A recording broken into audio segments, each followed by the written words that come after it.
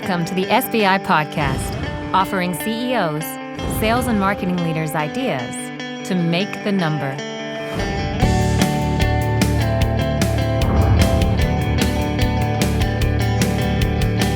Hello and welcome to SBI's weekly podcast. My name is Matt Shares and joining me is George Dillis Reyes. We are with SBI, a sales and marketing consulting firm dedicated to helping you make your number.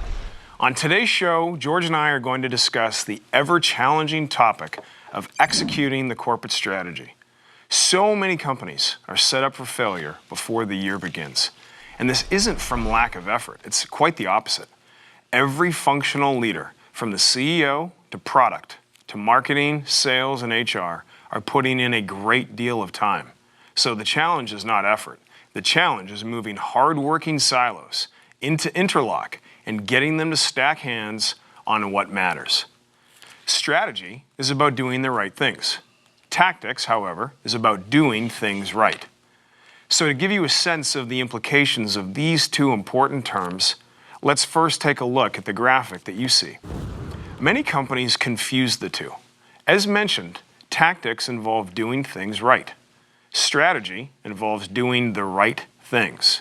As the figure shows, the two are completely interrelated.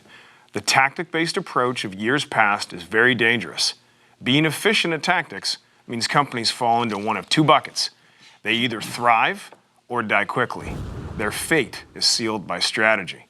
For example, if I'm a company and I am betting on my products, we're a product innovator, and I go to the market betting on a product that unfortunately doesn't solve market problems. The marketing team doesn't feel like they've got the right content, and sales doesn't feel like they're trained properly when they go against a competitor. That's a very misaligned strategy. Contrast that with a company that wants to be the low-cost leader, that has a very expensive sales force. They've got people up and down the street executing a face-to-face approach. This is completely out of alignment. On the other hand, companies with effective strategies either thrive or survive.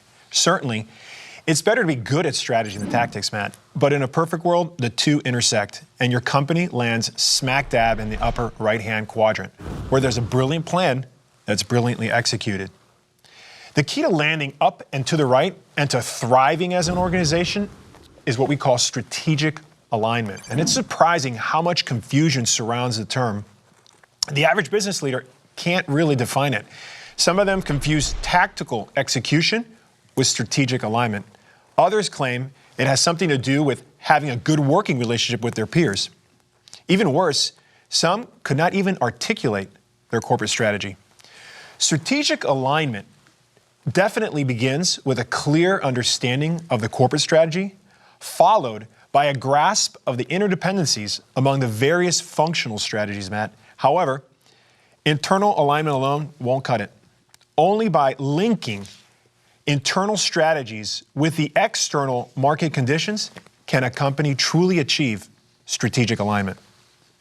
Yeah, so let's discuss how we got to where we are today and how organizations became so. We believe this misalignment from function to function is the reason for the frustration. Last year, SBI reported that successful companies were moving back to functional strategies in order to stitch their compounding set of initiatives together into a cohesive functional plan.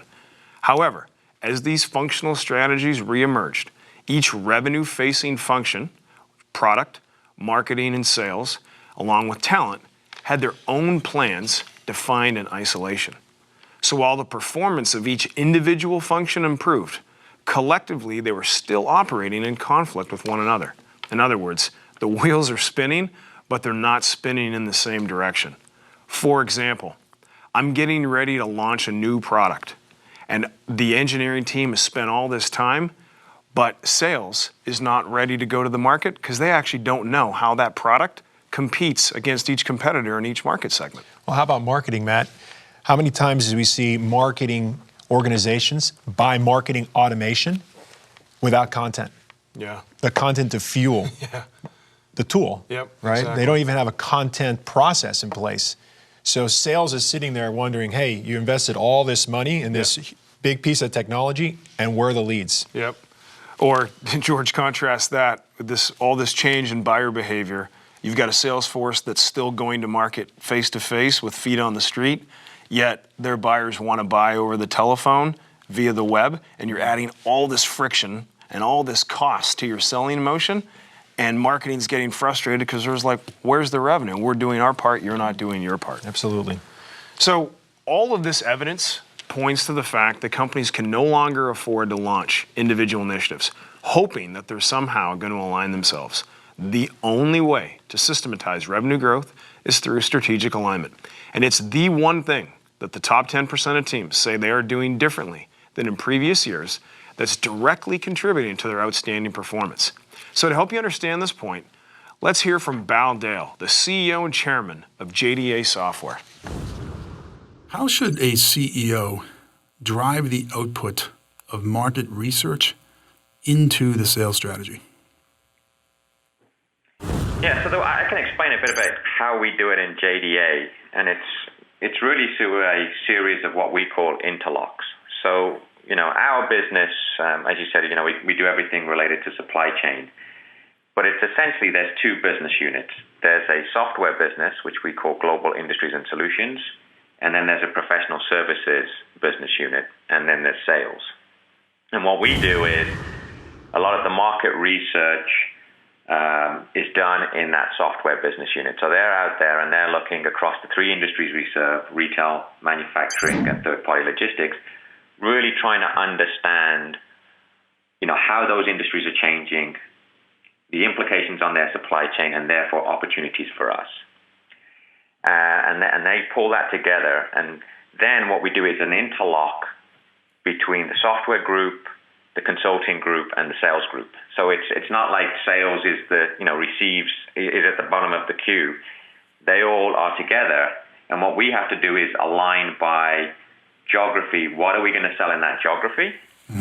And then what services are we going to have in that geography? Are we going to provide the services, or is a partner going to provide the services? And everybody has to agree that that's the plan that we're going to execute against. So sales is right at the table with the other two business units as we decide that. So that's different than we normally see it. I love it. Sometimes, unfortunately, the sales leader doesn't get a seat at the strategy table. He's just, handed the strategy and says, go hit this number. Here's why being able to execute the process that Bal mentions is so important. Companies that have aligned strategies have a 96% chance of making their revenue number. Said differently, they only have a 4% chance of failure. How about those odds? Contrast this with companies that have misaligned strategies, who have an 84% chance of success. So you are 4 times as likely to miss your number with misaligned strategies. And to ensure you have aligned strategies, this must begin with the planning.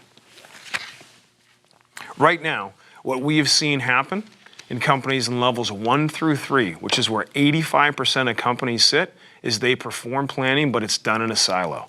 Let me first explain. So in level 1, George, you see companies where they have a corporate strategy, right? It exists. However, the functional strategies don't. And if asked, most of these functional leaders and their teams would say they're not really familiar with the corporate strategy.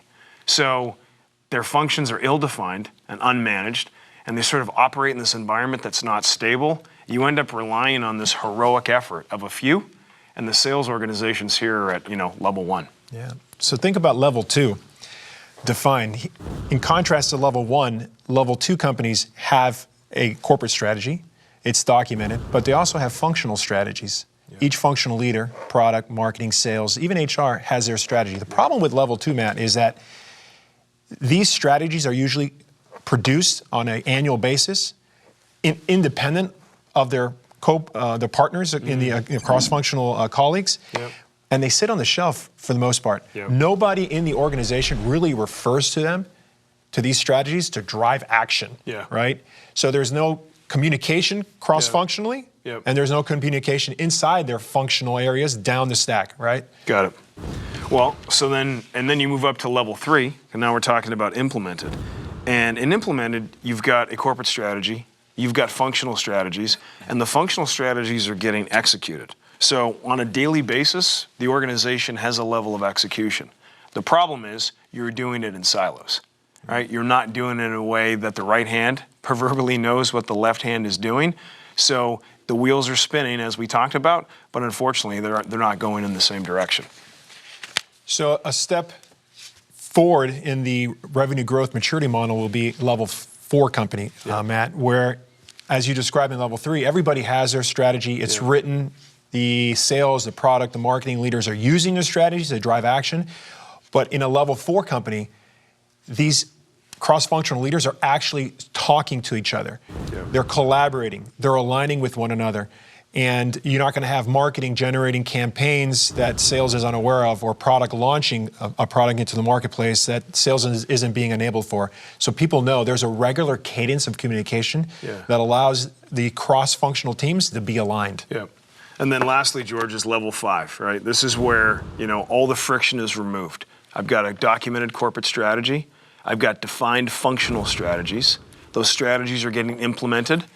They're managed, so we're internally in alignment, but I'm also in alignment externally with the market. This is where the top 10% reside in level 5.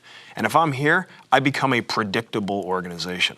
This is where I have the 96% chance of making my number, and I am consistently, predictably outperforming my peers in my market. Level 5, in our opinion, is where a company should be, aspiring to reside. Absolutely. Predictable revenue growth. Yeah. So you might be asking, what should I do? And this is the right question to ask. We're going to go to break. After we come back, we're going to talk about how you set a foundation to begin the process to become strategically aligned. Stick around.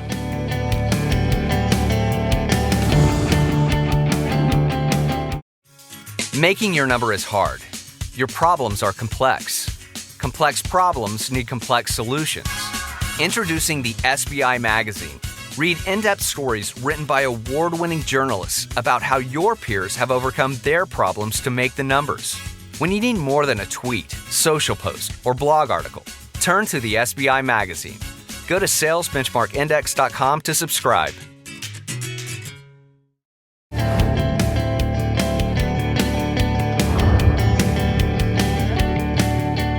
Welcome back.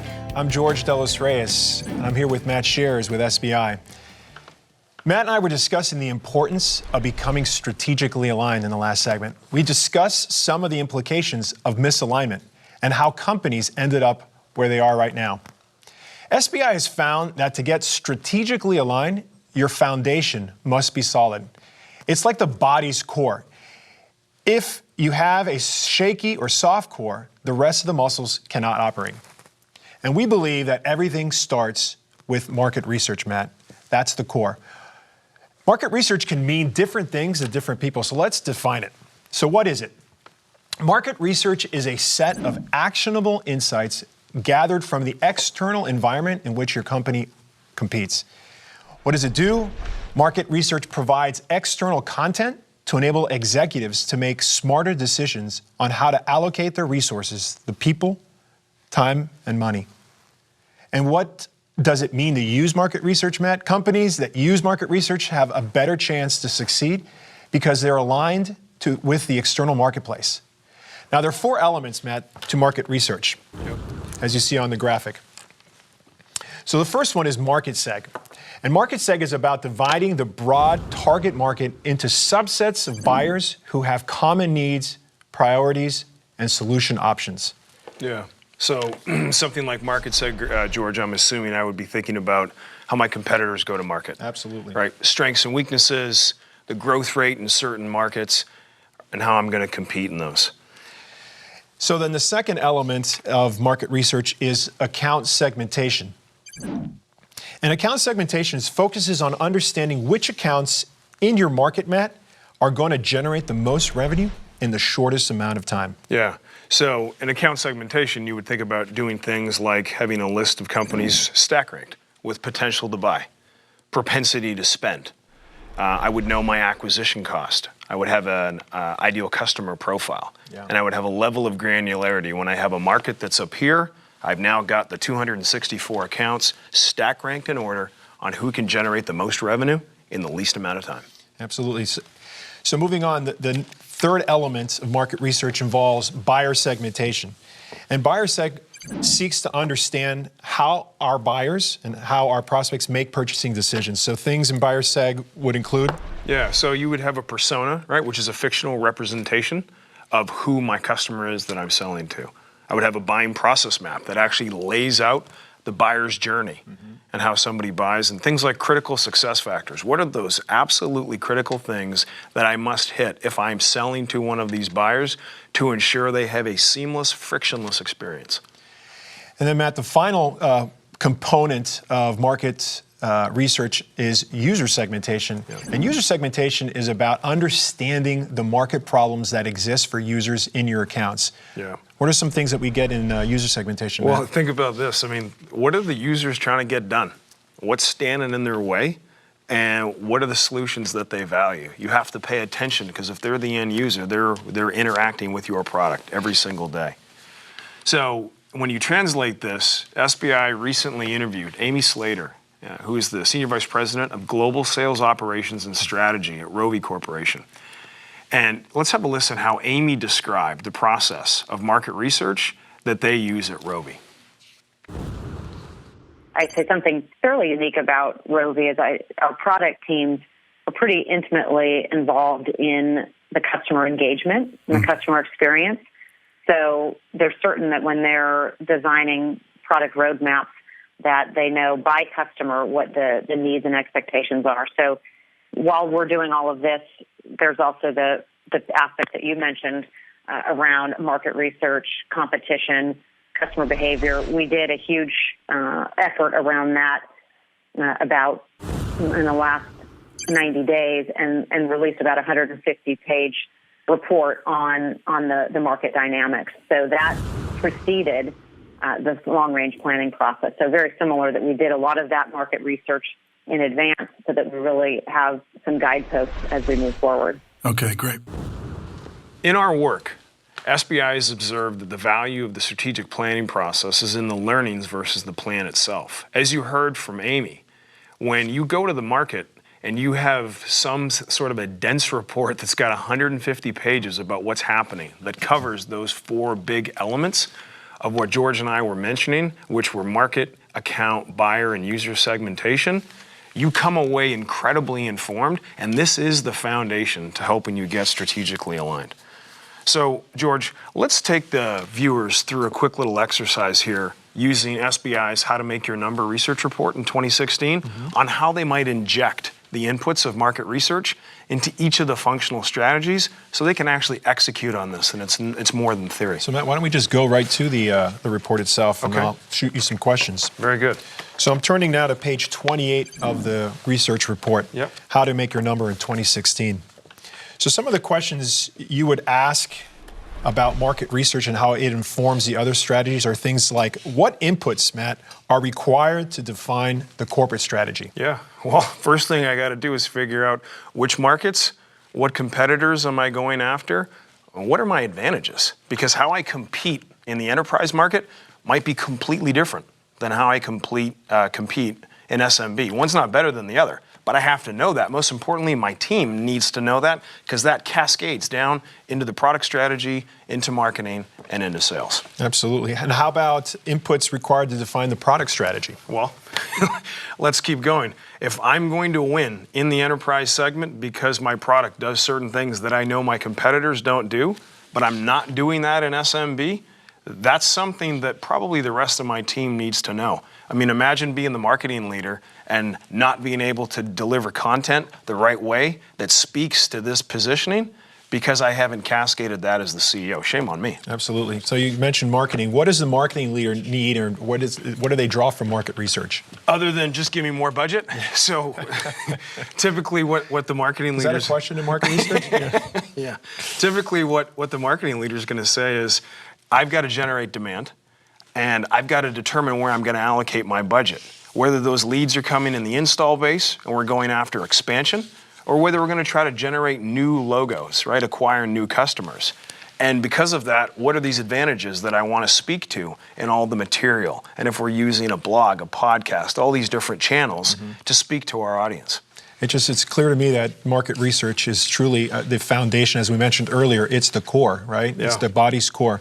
So let's move to sales. What does a sales leader get from market research? Well, now I know, what my buyers are doing. So for example, if I'm a sales leader and I'm trying to enable my team to go to the street, I want to sell the way the customer buys. If I've done buyer segmentation properly and user segmentation, in the moments of truth, when I need to say what that buyer absolutely wants to hear to go, oh my goodness, company ABC really recognizes what I need, I can do that. Without that, you know what? I'll talk like everybody else, and when you do that, it always comes down to price, George. Absolutely. You mentioned, buyer segmentation. How about just account segmentation for the sales leader? Where am I going to prioritize my, if I'm a sales rep and I'm in my territory, how do I stack rank my accounts? I mean, are all of them created equally? We all know that they're not. So, market research allows a sales leader to truly prioritize their accounts. Okay, let's move on to the final link in the chain, HR.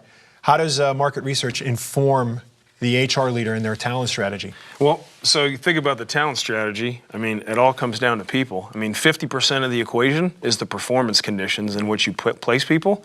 The other 50% is you got to have the right people. Absolutely. So armed with market research and what the competitors are doing and what my buyers expect and what my users are feeling, as I'm the leader of the HR function, I can think about what is my team bringing to the table from a recruiting perspective to ensure we've got the right people in sales. I've got the right people in marketing who can write content and deliver campaigns in a way that these buyers and users react. So having these things linked is critical. Market research is the foundation. It's funny, I don't think many HR leaders really think about market research. No. They really don't. They don't see the link between the talent that they need to acquire and the markets that they play in, right? Yeah. So it's truly informative to the HR leader. Yep. So, armed with this, close your eyes. I'm one of the functional leaders, and for the purpose of today, we're going to go on a quick journey from strategic alignment, starting with the corporate strategy. And many leaders, they get frustrated when they feel their CEOs don't clearly articulate a well-defined corporate strategy. Does this sound familiar? All right, we're going to differentiate by customer experience, client intimacy, or customer service, right? Everybody loves to say this is how they differentiate. It feels good, it feels noble. It doesn't feel as good to say we win through providing our products and services at the lowest cost to our customers, which allow them to accomplish their goals. However, one's not better than the other. But as a result, CEOs try to be all things to all people. And this leads to a great deal of frustration for the functional leaders. So now with market research in hand, a CEO should be able to do the following. So George, think about the product strategy. Your leading product, I'm the CEO, I've got my market research in hand, I've written my corporate strategy, I've got mission, I've got vision, I've got values, advantages, I've done that. And I've metaphorically handed that to you. Now you are going to be able to focus your product investments. Your product decisions that are going to impact everything downstream are going to be in alignment. Yeah, think about the marketing leader, right? The marketing leader in his strategy, he'll now know, being armed with market research and direction from the CEO, where to open up those opportunities in the marketplace, which they want to compete in.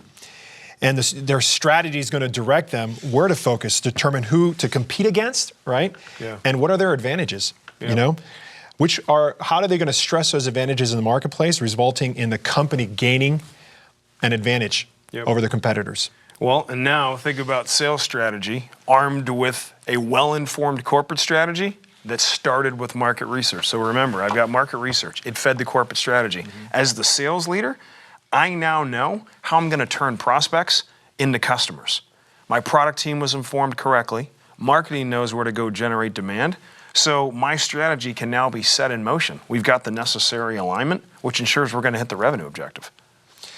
And lastly, talent, right? We talked about HR just a second ago. So now the HR leader knows the type of people they need to recruit.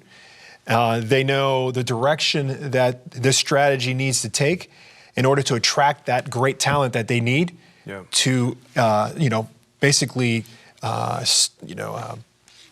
fill the roles in all of the their functional areas. Yeah.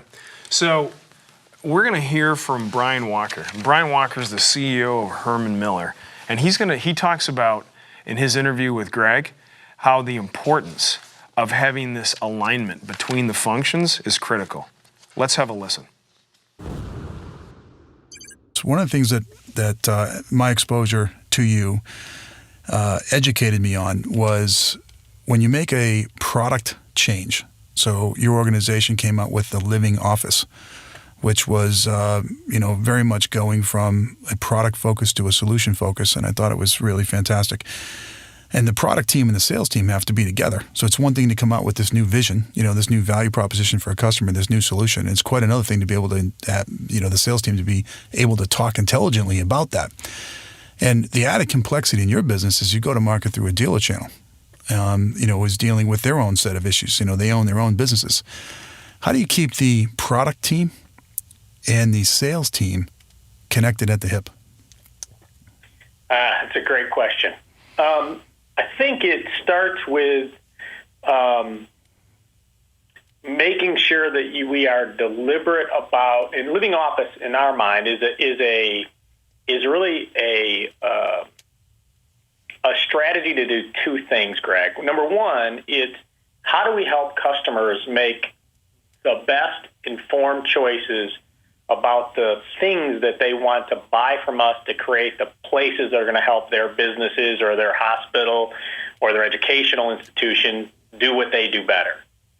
It's also a methodology for our product teams to meet with our sales teams and with customers to understand not only how our current products are solving needs, but where we have unmet needs that we have not yet developed a solution or where the solution needs are changing. And so the better we can be at describing what our portfolio of solutions are and how they map to the customer's needs, and have the product teams talking to the sales folks from the position of saying, here's our current solution set, and here's how it's going to evolve over time.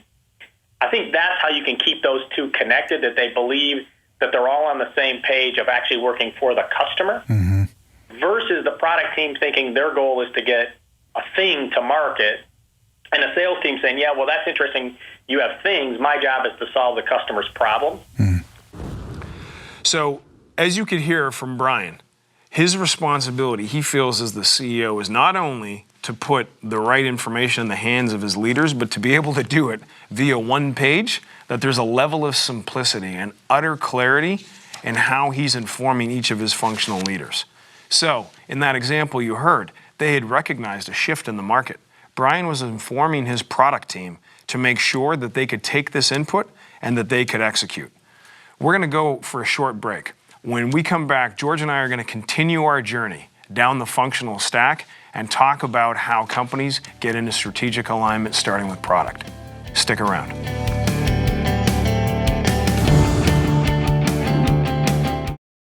Do you have too many things to do and not enough time to do them? Is finding time to learn best practices almost impossible? The SBI podcast is your solution. Turn time spent exercising, commuting, and traveling into productive learning time with a subscription to the SBI podcast.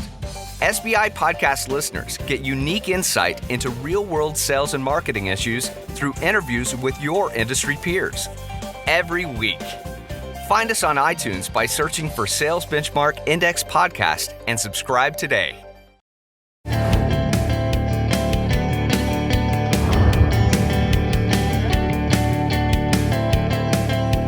Welcome back to the SBI podcast. Before the break, we were talking about the importance of the CEO, the use of market research in creating the corporate strategy. So you now think about this. You've informed the product team as the CEO. Product now has the ability to take this input and execute. George? Sure, Matt. The way that we've seen the product organization execute is that they follow a four-step approach. And what you see on the screen is SBI's four-step product strategy methodology. So starting in step number one, we have focus. Focus product efforts on the market segments that lead to a product roadmap with the greatest potential for your company. Yep. Well, and then George, you move from focus into business planning. So once I've done this correctly and I focused my efforts, I need to develop business plans that help make product investment decisions. So once you exit the business planning stage, right, you're going to move into the actual build stage. And building is all around building those products and packaging those products that will be in high demand in the marketplace. Yep. And then last, but certainly not least, is the launch. You have to ensure the organization is prepared to be able to bring these products to market. Everything from the messaging that you would use, the launch planning, and then the launch execution. So SBI, we had the benefit to catch up with Jim Wedekamp, a former head of products and product management and product development who became a CEO.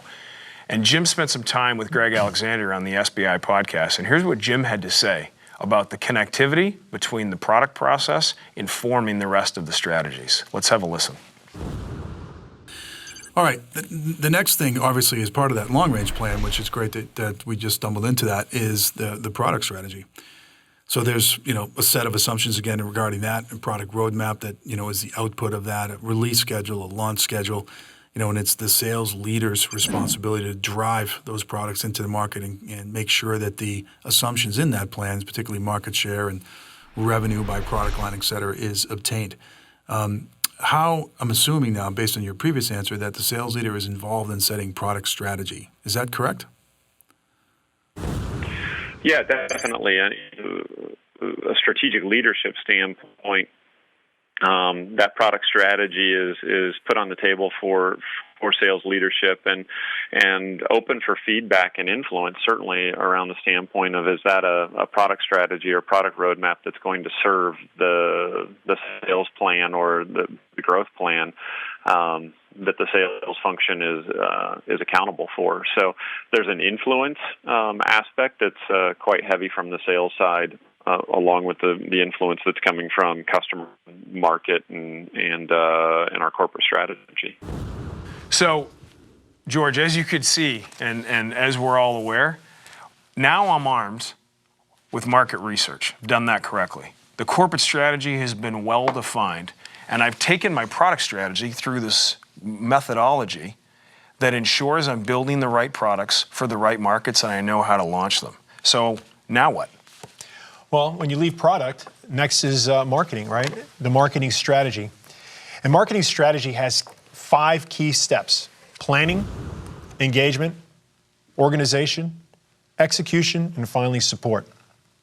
SBI's 5-step marketing strategy methodology is a way to ensure alignment with other functions. However, you must perform these steps in sequence. Sequence is critical, right? It's like building a house. If you don't start with the foundation, you're in trouble, right? Yep. And one of the reasons companies fall out of alignment is that they go in the wrong order. Yeah. Now, when you talk about dependencies from marketing, there are many. So, for example, in the corporate strategy, your objectives will come from the corporate strategy. For example, is the company more interested in acquiring new logos, growing revenue, or preserving the install base? And how should your marketing team behave, right? Yeah. Think about product. What about product, Matt? Yeah, well, so this defines what I need to talk to the marketplace about. I mean, I can have the best campaign executions in the world by marketing, but if I don't have product to give me the market problems and the solutions to insert into those campaigns, George, literally, who cares? Yeah, and the sales strategy, right? Your strategy and the sales strategy are the most closely tied of any of these two. So marketing and sales are those kissing cousins, right? Yeah. How are you going to get feedback to them on the leads that were handed over, right? Yeah. How about talent? Yeah, well, it's funny you say kissing cousins or maybe the dysfunctional husband and wife. So that's probably a better... one or the other. But I guess, everything comes to life with people. What type of people do you need, right? And most importantly, when do you need them? The marketing strategy has to define an A-player profile, not just sales. So what was interesting is we were able to talk to Jack Whalen about this. And Jack had this ability to really define how to step through the development of a marketing strategy. So when we come back from the break, we're going to listen to Jack Whalen and our CEO, Greg Alexander, walk through the step-by-step approach that they used as part of Phillips 66 marketing strategy development. Stick around.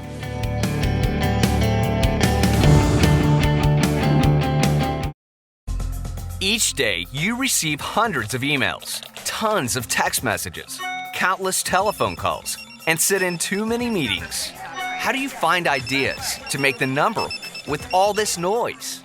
The SBI blog filters all this nonsense for you and presents only first-rate ideas to make the number. Simplify your life. Subscribe to one blog and read the best content. Go to salesbenchmarkindex.com and subscribe today.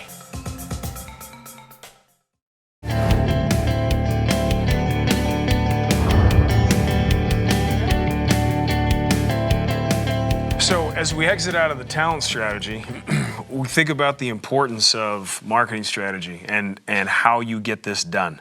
So Greg Alexander, SBI CEO, caught up with Jack Whalen. And Jack's the VP of Marketing at Phillips 66, a Fortune 5 company. We're going to take a listen to what Jack has to say about how sequence and the order in which he built the marketing strategy at Phillips 66 was instrumental. Let's have a listen. Well, everything went in the proper sequence there. So you understood your buyer and how your buyer is behaving. And then you worked backwards from that and said, what's the role of sales and what's the role of marketing, to help facilitate that buying process, which is great. And that's led you to launching campaigns, which you've been working on here the last 7 months or so. Mm-hmm. And the campaigns have produced, which is fantastic. So when you were planning those campaigns, how were they designed, specifically around going after the buyers that you now have studied and know? Yeah, it was interesting, Greg. We kind of went, probably took some baby steps first with our first campaign, and it was all around a program that we had just implemented and had in place, but was only targeted at our existing customer base. Mm-hmm. So we took a step back, worked with the company that was offering the program, and really talked about what were really the highlights that we wanted people to understand about the program, what benefits did it bring their business. What we found really helpful was that our lead development rep, as she was having conversations with our customers that were calling in the early part of our campaign, when we started to send some preliminary emails and some introductory information, very early on, she got a lot of feedback saying, hey, we need a specific tool in place here to really help us do the analysis that you're telling us will show us all the benefits. And we were able to take a step back and work with the company that had the program and actually developed what we called a calculator that we were then able to send out via the campaign, and customers could literally go in and input their own data, and it would generate an estimated savings if they joined our program. And that was really the tipping point for us, where we then got a flood of requests for joining the program, because they had actually seen the value in it. And in my past experiences, without that link of that lead development rep, and without the flexibility to utilize the work we had done in our lead generation group, we would have never been able to respond that quickly and salvage that campaign. It would have been, we would have gotten a token number of customers to join up, and we would have been frustrated. But with the tools we had put in place, we were really able to respond quickly and not only salvage the campaign, but clearly exceed what we had expected for our efforts. So, as you could hear from Jack, the iterative approach that Phillips 66 took as they developed their strategy was critical. They used sequence, and as they were testing things like a new lead generation process, they were paying attention to not only what was happening from a results perspective, but the emphasis on the inputs of the market and the connection with sales and how critical that was. So when we hear and see this level of alignment, it's no wonder companies like P66 are performing as well as they are. It's time for another short commercial break, but don't go anywhere. On the other side of the break, George and I are going to discuss how sales and talent do their part in cementing the strategic alignment plan. Stick around.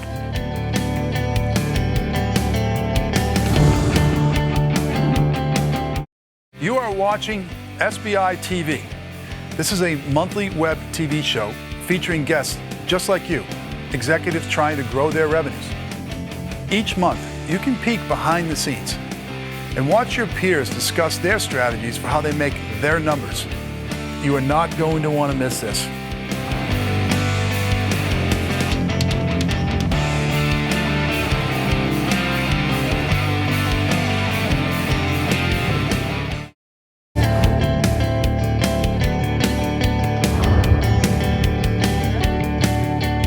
Welcome back. I'm George Reyes, and I'm here with my colleague Matt Shares, and we're discussing how the dependency between each leader creates strategic alignment.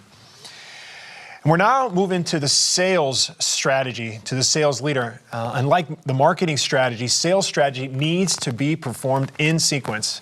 And let's look at how sales should be using each of the key functions to do its part. So first and foremost, we got market research, Matt. Yep. And this is the primary feed into the sales leader's strategy. Market research will tell him about the market in which he competes, yep, the accounts to prioritize, how to engage buyers, users in a dialogue that they actually care about, yeah, and what these buyers want from you, right? Yep. Next is the corporate strategy. Well, here, if I'm the sales leader, this is where my objectives are going to get set. Mm-hmm. So are we going to focus on new logos? Are we going to focus on growing revenue in the install base? How do we want the sales force to behave? You know, internally, the corporate strategy is going to set that direction. Mm-hmm. So let's talk about product strategy. So the product strategy is what arms your gun with bullets, right? Yeah. And having the best executing sales force in the world will not ensure success. You got to have great products. Yep. And these products have to solve market problems, and they need to be in high demand. And you need to provide feedback from the marketplace to the product team. So the product leader needs to hear from you, the sales leader, about what's resonating in the marketplace about their products. Yeah. Well, and now you think about this, you know, from a marketing perspective, my strategy is the CMO, right? And your strategy is the sales leader. They're the most closely linked, mm-hmm, anywhere in the company. So how many leads do you need from me, right? Do those leads need to be for accounts that we currently service, or is it all new logos? Is it for the inside team or the outside team, right? How am I going to give you feedback, right, on what you guys are doing with the leads I give you, and vice versa? Mm-hmm. Critical. And lastly, your talent strategy, right? Your sales strategy requires people to make it come to life, right? And what type of people do you need? When do you need them? Right? And your sales strategy has defined your A-player talent. And that talent strategy is where those A players are sourced, hired, onboarded, and developed. Yep. So for the purposes of this show, we're going to combine the last step of the talent strategy and the importance of performance conditions. And at SBI, we believe that sales excellence is a 50-50 equation. And what we mean by this is that you have to have both. You have to have great talent, yeah, and you got to place that great talent in great performance conditions. Yeah. Well, and we don't think there's probably a better person who could speak to this other than John Gleason. John is the Senior Vice President of Sales at Ryder. And in this interview with Greg Alexander, SBI CEO, John details how he views talent and the importance of it in ensuring that the company's in strategic alignment. Let's have a listen. This people, process, tools concept. So let's talk about that. What I'm trying to get a feel for is the weighting of these things. And I'm going to bucket these into two buckets. Okay. One bucket is the people bucket. The other bucket is what I call performance conditions, which is processes and tools. So you can take Michael Jordan and ask him to play right guard for the New England Patriots, and he's probably not going to be successful, right? And just the opposite of that. You know, if you tried to take a 350-pound NFL lineman and ask him to play, you know, the shooting guard in the Chicago Bulls, it's not going to work, right? So in your view, especially during this transformational period, this 1 year where the assessment is everything, what's the split there between people and performance conditions? I think it's about 50-50. And you need both to be successful. And to your point, I think frequently sales leaders often are very good on the people side, but not necessarily as focused or as skilled on the process in the tools or the performance measurement standards is you've hit. So I think it's a balance of both, and you can't succeed without doing both equally well. So, as you could tell from the clip from John, the person who's completed 3 sales transformations in the Fortune 500, and the only sales leader that we know who's got that under his pedigree, he went incredibly deep in understanding what an A player was. He leaned on the talent function at Ryder because he realized he needed both the inputs of the other strategies, which we'd call performance conditions, but he also needed that big 50%, which was talent. He needed their support to drive the assessments, who the right people were, and help him figure out who he was going. As we talked about earlier, the 50-50 equation, performance conditions and 50% talent, are critical to delivering on your number and staying in strategic alignment. So Matt, we began this show by looking at the implications of having misaligned strategies. Then we explored how the 91% of organizations that suffer from strategic alignment problems can address the issues. So if you happen to be in the 9% of companies that have your strategies aligned, congratulations. Because SBI's research says that you have a 96% chance of making your number. However, if you're like the majority of organizations and have the wrong or misaligned strategies, you have a choice to make, Matt. Yeah. Choices. Choice number 1, I can continue with the status quo. And if you feel you have aligned strategies, then there's nothing to worry about. If you achieve your revenue objective doing what you're doing, despite the pain from misalignment, don't change. Choice 2 would say that you develop and execute a strategic alignment program that brings together the functional leaders across your organization, and you go through a strategic planning exercise that covers the 6 strategies that we've covered today. It's all supported by an operating rhythm that ensures you stay aligned in your business. That's all the time we have for today. I would like to thank you, our viewers, for tuning in. If you enjoyed this show, I suggest you subscribe to SBI TV at salesbenchmarkindex.com/TV. Or you can find us at our SBI YouTube channel.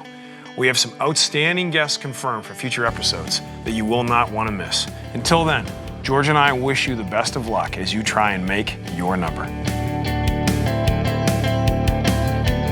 This has been the SBI Podcast.